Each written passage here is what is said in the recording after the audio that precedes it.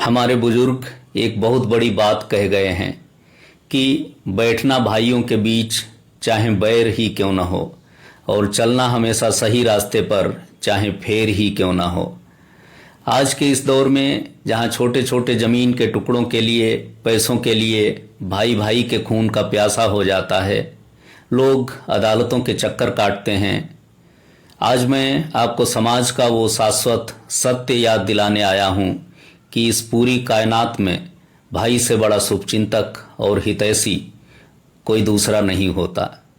आज मैं आपको गांव के भोलाराम और उसके भाइयों की एक ऐसी रोंगटे खड़े कर देने वाली सच्ची कहानी सुनाऊंगा, जिसे सुनने के बाद अगर आपकी आंखों में आंसू ना आ जाएं तो कहना। इस वीडियो को आज अपने भाई के साथ बैठकर पूरा जरूर देखिएगा। दोस्तों, एक गांव में एक बार एक बहुत ही दर्दनाक वाकया हुआ। एक गाय का छोटा सा बछड़ा दौड़ते दौड़ते गांव के एक गहरे और अंधेरे कुएं में गिर गया। बछड़ा तड़प रहा था। पूरा गांव कुएं के चारों तरफ इकट्ठा हो गया, लेकिन उस गहरे कुएं में उतरने की हिम्मत किसी की नहीं हो रही थी। पूरे गांव में कुएं में उतरने और चढ़ने की कला सिर्फ एक ही व्यक्ति को आती थी, जिसका नाम था भोलाराम। गांव के प्रधान जी ने भोलाराम से मिन्नत की कि भोला, इस बेजुबान की जान बचा लो। भोलाराम थोड़ी देर चुप रहा और फिर बोला, प्रधान जी, मैं कुएं में उतरने को तैयार हूं, बछड़े की जान भी बचा लूंगा, मगर मेरी एक शर्त है। जब मैं नीचे जाऊंगा तो ऊपर जो लोग रस्सी पकड़ेंगे, उस रस्सी को पकड़ने में सबसे आगे मेरे सगे भाई होने चाहिए। प्रधान जी हैरान रह गए, क्योंकि पूरा गांव जानता था कि भोलाराम और उसके भाइयों के बीच भारी मनमुटाव था, बातचीत बंद थी। लेकिन प्रधान जी ने कहा, ठीक है भोला, जैसा तुम कहो। भोलाराम के भाइयों को बुलाया गया और उन्होंने सबसे आगे बढ़कर रस्सी थाम ली। भोलाराम कुएं में उतर गया। भोलाराम ने नीचे जाकर बड़ी मशक्कत के बाद उस बेजुबान बछड़े को रस्सी से बांधा और ऊपर की तरफ इशारा किया। भाइयों ने और गांव वालों ने मिलकर जोर लगाया और बछड़े को सुरक्षित बाहर निकाल लिया। अब बारी थी भोलाराम को बाहर निकालने की। भोलाराम को रस्सी से बांधकर जैसे ही आधा ऊपर खींचा गया, तभी अचानक न जाने कहां से कुएं के पास लगे पेड़ से मधुमक्खियों के एक बहुत बड़े झुंड ने पूरे गांव वालों पर हमला कर दिया। चारों तरफ चीख पुकार मच गई। मधुमक्खियां इतनी आक्रामक थीं कि जो गांव वाले तमाशा देख रहे थे, जो बड़ी बड़ी बातें कर रहे थे, वे सब अपनी जान बचाकर रस्सी छोड़कर भाग खड़े हुए। लेकिन जानते हैं वहां क्या हुआ? भोलाराम के वो दोनों भाई जिनसे उसकी दुश्मनी थी, वे वहीं डटे रहे। हजारों मधुमक्खियां आकर उनके चेहरों से, उनके हाथों से लिपट गईं, उन्हें बुरी तरह काटने लगीं, लेकिन भाइयों ने रस्सी नहीं छोड़ी।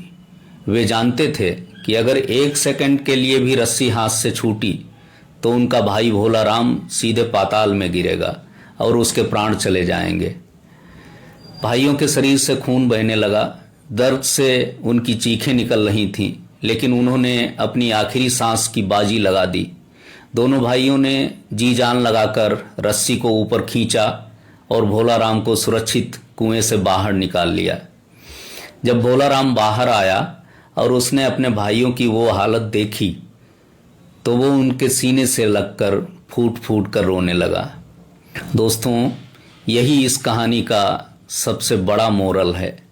जब जान दांव पर लगी हो, जब जीवन में सबसे बड़ा संकट आए, तो इस दुनिया का कोई भी दोस्त, कोई भी रिश्तेदार, कोई भी पड़ोसी साथ खड़ा नहीं रहेगा। सारी दुनिया अपनी जान बचाकर भाग जाएगी, मगर आपका भाई, चाहे उससे कितनी भी कड़वाहट क्यों न हो, वो आपकी ढाल बनकर आखिरी सांस तक आपके लिए लड़ेगा। क्योंकि पानी को कितना भी मथ लो, उसमें से घी नहीं निकलता, और भाई का खून कितना भी अलग हो जाए, मुसीबत के समय वो कभी पराया नहीं हो सकता। आज एक डॉक्टर और एक वेलनेस गुरु के नाते मैं आपसे कहना चाहता हूँ कि ईंट पत्थर, जमीन और पैसों का अहंकार यहीं धरा रह जाएगा, मानसिक तनाव और डिप्रेशन की सबसे बड़ी वजह यही है कि आज हमारे पास पैसे तो हैं लेकिन अपनों का साथ नहीं है।